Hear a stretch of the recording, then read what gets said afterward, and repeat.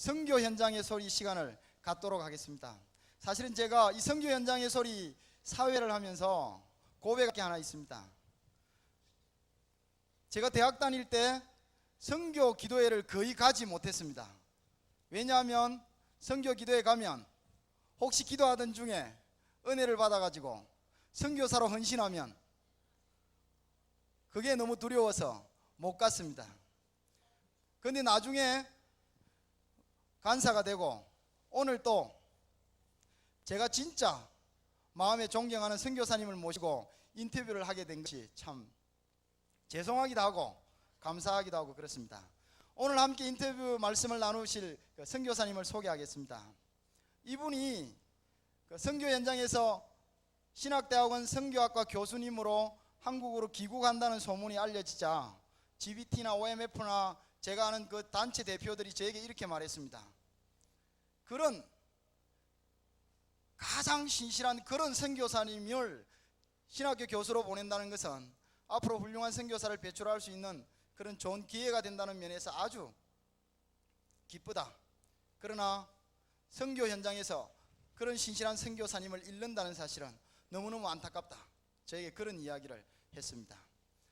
아프리카 가나에서 10년이 넘도록 교회를 세우고 복음을 전하시다가 이제 고려신학대학원 교수님으로 사역하고 계시는 이신철 선교사님을 소개하겠습니다. 박수로 맞으시면 고맙겠습니다.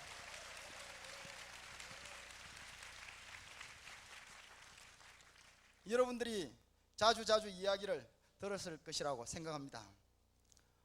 먼저 우리 선교사님께 아프리카 가나에서 선교 사역을 하시면서 어떤 사역을 하셨는지 한번 들어보도록 하겠습니다. 제가 가나에 1988년 7월에 도착했습니다. 첫 2년 동안은 언어를 배우고 그 현지 생활 적응을 하는 것이었습니다. 보통 이 2년을 사역을 하지 않는다, 말을 배우는 건 사역이 아니라 그렇게 생각하는데 제일 중요한 사역이었고 또 그곳 생활 적응이 제일 중요한 사역이었습니다. 이제 그리고 그 뒤에 말 배울 때 알게 된 사람들에게 자연히 개인 전도하게 되고 그 다음에 저희가 있던 타말레 도시에서 반경 한 30km 안에 있는 마을들로 나가서 마을 전도하는 일을 하게 되었고, 마을 전도를 하기 전에 저희들이 글자 계몽 이런 것도 했고요. 또 그렇게 함으로써 그 마을에서 관심이 있는 젊은 사람들을 다시 또 빼내어서 저희들이 따로 성경을 가르치고, 그래서 그들이 지도자로 이렇게 자라게 되어서 저희들이 한 사역을 요약하면은 개인 전도, 또 글자 계몽, 그리고 교회 개척, 그리고 지도자 양육, 뭐 이런 것이 되겠습니다. 예, 우리 이신철 선교사님께서 아프리카 가나로 선교사로 떠나실 때에 어떤 분은 이렇게 물었지 않겠습니까? 아프리카 가나? 그래서 선교사님이 뭐라고 대답했을까요? 아프리카 간다 그랬겠죠. 예, 지금 제가 아주 궁금한 건 한 가지가 있는데 혹시 선교사님 아프리카 갔습니까? 제가 영국에서 가나 비자를 기다리고 있는데 사람들이 진짜 가나 안 가나 그렇게 제게 늘 물었습니다. 그래 진짜 가니까 진짜 가나에 갔구나. 그랬습니다. 예. 또 우리가 선교 현장 그러면 아주 치열한 영적 전투가 벌어지는 곳이라고 알고 있습니다. 그곳에서는 일반적으로 일어나지 않는 하나님의 놀라운 기적도 일어나고 한 사람이 극적으로 회심하는 사건도 있고 또 선교사님이 간절하게 기도하는 가운데 하나님께서 특별하신 은혜로 응답하시는 역사들이 아주 많이 일어나는 것을 우리가 알고 있습니다. 혹시 선교사님 사역 중에 우리 운동원들에게 아직도 기억할 수 있는 또 소개할 수 있는 하나님의 특별하신 은혜나 응답이 있으면 한번 소개해 주실 수 있을까요? 저희들이 어느 마을에 전도하러 나갔을 때입니다. 그 마을 이름이 난통이었는데 약 3,000명 정도 되는 마을이었어요. 다곤바 부족 마을 가운데에서 아주 강력한 모슬렘으로 진을 쳐진 이제 그런 마을이었는데, 마을 전도하러 가가지고 영화를 보여주고 있었습니다. 예수 영화를 보여주고 있었는데, 동네 모슬렘들이 자기 집에서 우리 상영하는 쪽으로 돌을 던지기 시작했어요. 그래서 돌을 맞고 저희들이 버티지 못하고 겁이 나서 도망을 쳤어요. 그래가지고 이제 급히 뭐 이렇게 도망을 쳤는데, 우리가 그 마을에 못 들어간 것이 너무나 원통했습니다. 근데 하나님께서 그 마을은 막으시고, 다른 옆에 있는 약 8km 떨어진 마을을 하나님께서 열어주셔서 그 마을에서 우리 교회 지도자들이 줄줄이 나고 마을 교회가 서고 한 그것이 기억이 납니다. 또 다른 극적인 장면들도 많았습니다. 돌에 맞았으면 어땠을까요? 아니, 제가 직접 맞은 게 아니고 차가 좀 맞았고 그 다음에 옆에 있는 아이가 돌에 맞아서 머리가 깨지고 뭐 돌이 날아오고 있는 상황이었어요. 저는 더 빨리 도망갔을 것 같습니다. 이런 어려운 현장에 선교사로 파송될 때 상당히 많은 고민이 있을 걸로 생각합니다. 사실은 여러 가지 환경 가운데 어떻게 선교사로 가시기로 결심을 하셨는지, 하나님께서 부르심의 그 순간이 어땠는지 한번 말씀해 주시죠. 제가 1971년도에 고신대학교 신학과에 입학을 했는데, 그때는 소명 없이 신학교에 들어가서 1학년 지나고 2학년 올라가니까 겁이 나서 신학교 대학 부경이 전혀 있을 수가 없어 제가 도망을 쳐서 서울의 다른 대학에 제가 입학을 했었습니다. 그런데 곧장 또 군대에 끌려가게 되고, 다시 복학한 뒤에 이제 대학에 들어와서 예수 그리스도를 말씀을 통해서 영접하게 되었습니다. 그래서 저는 선교의 소명을 말씀을 공부하는 가운데 받았습니다. 그리고 꼭 그 부르심이 한 번으로 끝난 것이 아니고 좀 여러 차례 확인 과정이 있었어요. 제가 전도한 뒤에 정말 기뻤어요. 한 사람이 예수 그리스도를 믿게 된 사실이 너무 놀랍고 기뻤어요. 그래서 이런 일을 평생 하면 좋겠다, 이제 그런 소원을 하나님께 드렸는데, 하나님께서 그 소원을 제가 받아주신 것 같고, 그 다음에 이제 제가 결혼 문제로 고민하고 막 씨름할 때 하나님께서 결혼의 문제에 대한 해답은 직접 금방 주시지 않고, 선교에 대해서 너가 선교를 하려고 해서 선교하는 것이 아니라 내가 너를 불렀다고 그렇게 기도 중에 응답을 주셨어요.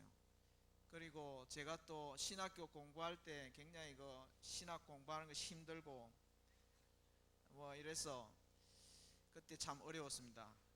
그래서 선교에 대해서도 뭐 거의 포기하는 이제 그런 상황이 있었는데, 그때 제가 갑자기 다치게 되었습니다.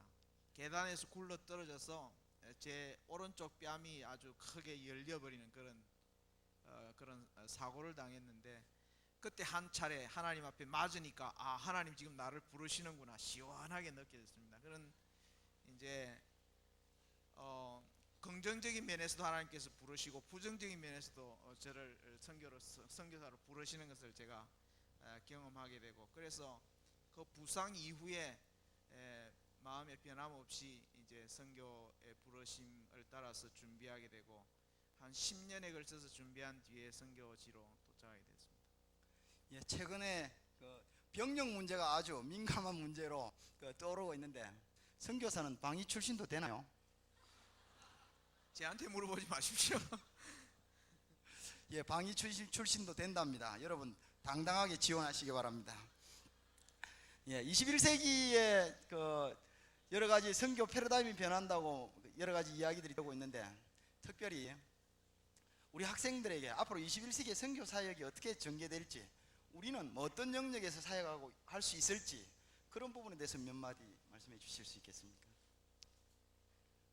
지금 21세기를 이제 바라보는데, 20세기든 21세기든 하나님의 복음이 필요한 곳, 그 복음이 달려가는 곳으로 저희도 같이 따라가야 된다고 그렇게 생각합니다. 이미 세계의 여러 선교 기관에서 새로운 추세가 나타나고 있는 것은 선교사의 이름을 공식적으로 걸고 선교할 수 있는 지역보다는 선교사의 이름을 걸지 못하고 오히려 신분을 숨겨가면서 선교해야 하는 곳으로 나아가는 선교사님들이 전통적인 선교지에서 수고하시는 선교사님들보다 숫자가 지금 많아지고 거의 비슷하고 많아지고 있는 상황이 있습니다.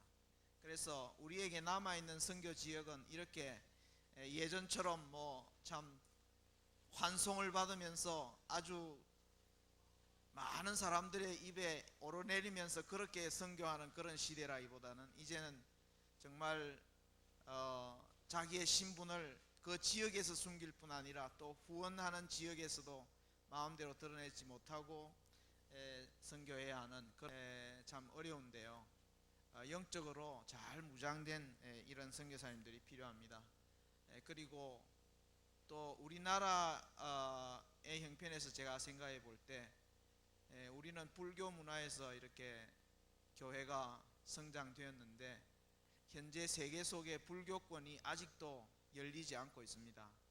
이런 불교권에 대해서도 우리 한국 교회가 좀 책임을 져야 되겠다 그런 생각을 하고 있고요. 앞으로 또 북한이 또 이렇게 개방이 되고 하면 또 그런 선교도 우리가 잘 준비해서 해 나가야 된다고 생각합니다.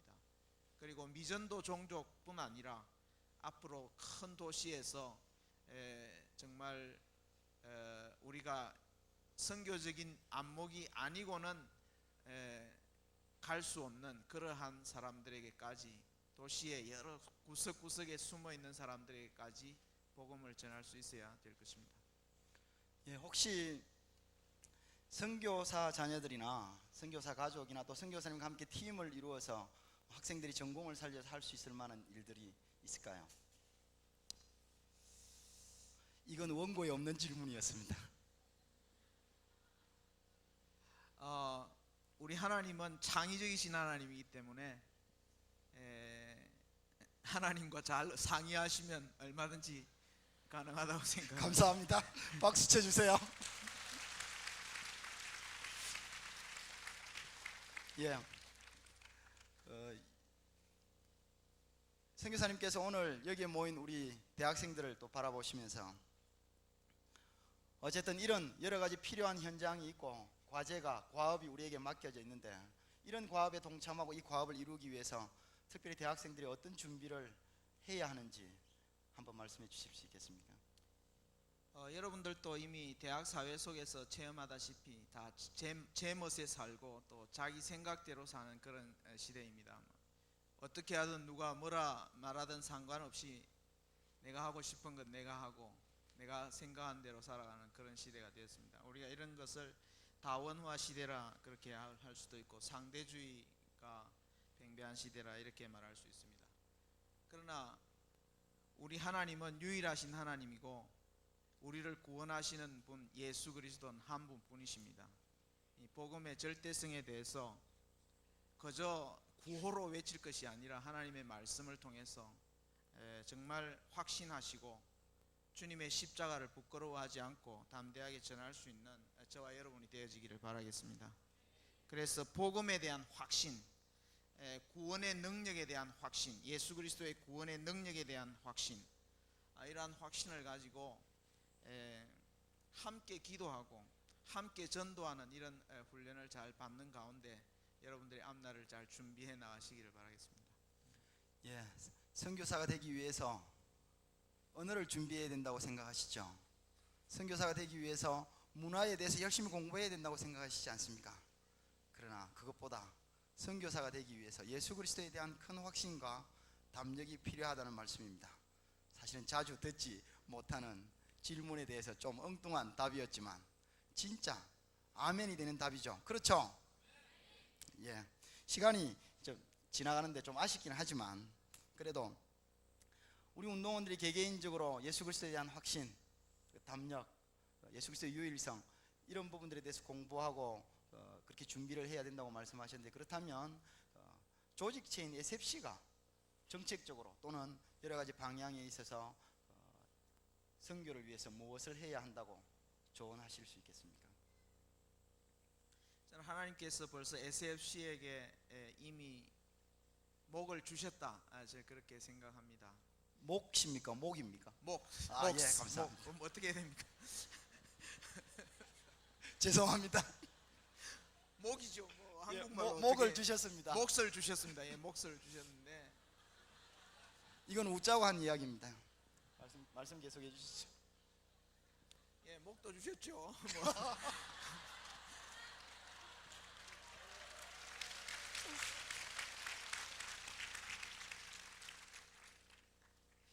근데 여러분 다 아시다시피 학원의 복음화, 이것이 저희 때만 해도 이거 우리가 정말 감당할 수 있을까 참 막연한 생각이 있었는데, 벌써 이렇게 SFC가 성장해서 국내에서 학원 복음화의 귀한 한 부분을 감당하고 있는 사실에 대해서 정말 감사하지 아니할 수 없습니다. 바로 이러한 성장, 이것이 앞으로 세계로 이어져야 된다, 그렇게 생각합니다. 다른 말로 하면 세계의 학원 복음화, 그것이 SFC의 목이 아니겠습니까? 세계의 학원 복음화를 통해서 우리가 세계의 교회를 돕는 그런 방향을 잡았으면 어떨까, 저는 그런 생각을 해보았고요. 또 세계화되니까 학생들도 세계적인 교류가 많아지니까 유학도 가게 되고, 또 교수도 앞으로 외국에서 활동하게 되는데, 이렇게 우리가 학원 쪽으로 자발적인 아주 자연적인 그 확산이 이루어지리라고 생각합니다. 그러니까 꼭 어떤 공식적인 파송만이 아니라 어디로 가든지 여러분이 간 그곳에서 복음을 위해서 일할 수 있고, 또 그곳에서 운동화할 수 있고, 또 선교적인 역량을 발휘할 수 있는 그런 준비가 있었으면 좋겠고요. 또 특별히 이러한 대학 사회가 복음에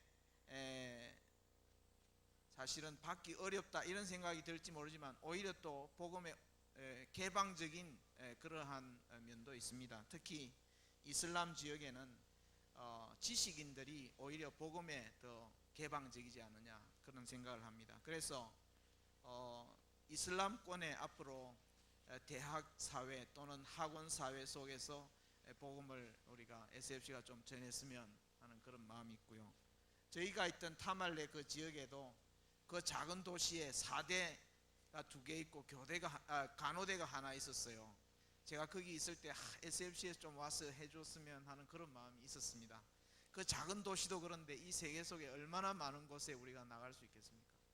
예, 그때 SFC가 어디 가나 이 생각하다가 못 간 것 같습니다. 예, 이제 마지막으로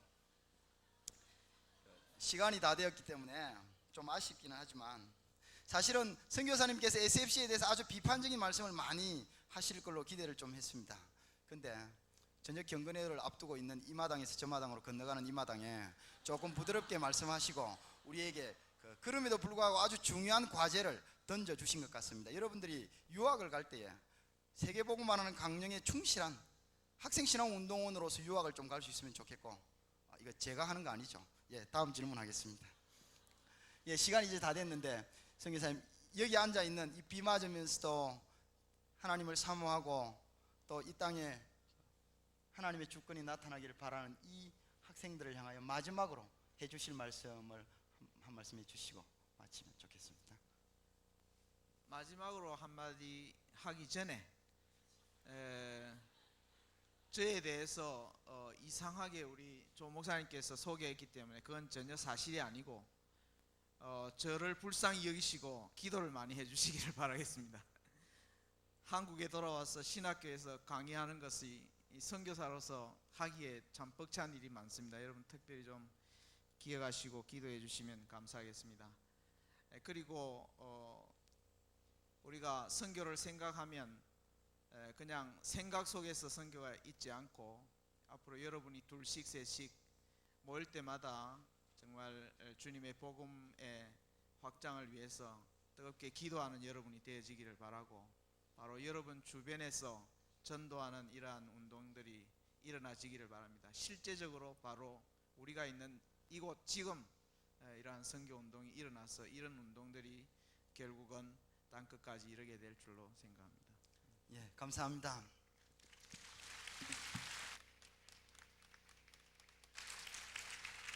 이 선교는 선교에 헌신한 사람들만이 해야 되는 것이 아니라 학생신앙 운동은 모두의 몫이라는 사실을 우리가 다시 한번 기억하며 귀한 시간 내주신 선교사님께 다시 한번 감사의 박수를 드리면 고맙겠습니다.